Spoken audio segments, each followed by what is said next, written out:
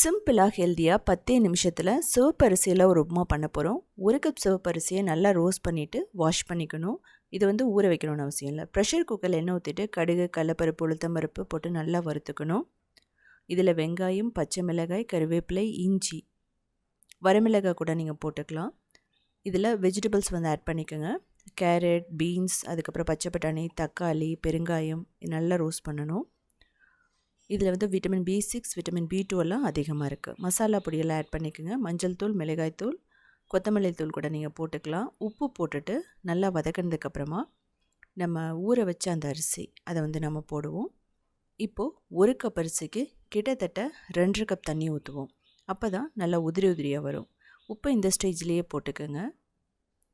இப்போது கொதித்து வரும்போது நம்ம வாஷ் பண்ண அந்த அரிசியை போட்டுட்டு நல்லா மிக்ஸ் பண்ணதுக்கப்புறமா தேங்காய் கூட நீங்கள் போட்டுக்கலாம். மூடி 3 விசில் மீடியம் ஃப்ளேம் வச்சிங்க அப்படின்னா பர்ஃபெக்டாக ரெடி ஆகிடும்.